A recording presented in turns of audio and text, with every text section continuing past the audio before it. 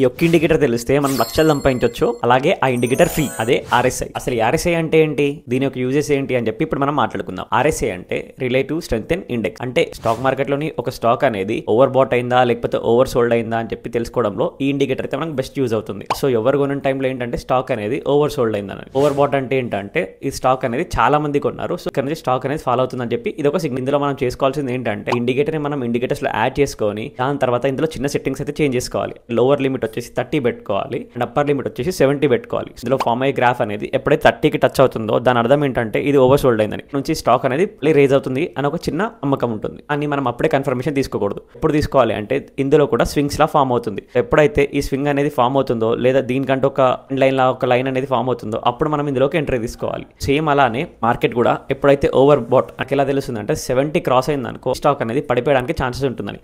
అది కూడా అప్పుడే కన్ఫర్మేషన్ తీసుకోకుండా బెటర్గా అంటే ఏంటంటే ఇంకొద్దిగా నెక్స్ట్ ఒక స్వింగ్ కోసం మనం వెయిట్ చేసాం అనుకో అప్పుడు మనకు కన్ఫర్మేషన్ అనేది క్లారిటీ ఇస్తుంది. ఇంకోటి గుర్తుపెట్టుకోవాలి, ఈ 30 and 70 అనేది ట్రేడర్స్ కి అండ్ లాంగ్ టర్మ్ ట్రేడర్స్ కి మాత్రం బాగా వర్క్ అవుతుంది. ఇంట్రాడే చేసే వాళ్ళకి మాత్రం సెట్టింగ్స్ అనేవి కొద్దిగా చేంజ్ చేసుకోవాలి. ఆ సెట్టింగ్స్ మీకు తెలియాలంటే ట్రేడ్ అని కామెంట్ చేయండి. నేను మీకు పర్సనల్గా ఒక పీడిఎఫ్ చేసి పెట్టాను, అంటే ఇక్కడెక్కడ సెట్టింగ్స్ పెట్టుకోవాలి అండ్ దాని ఒక లిమిట్స్ ఎలా చేంజ్ చేసుకోవాలని చెప్పని పర్సనల్గా పంపిస్తాను. So do follow constituent for more. Thank you.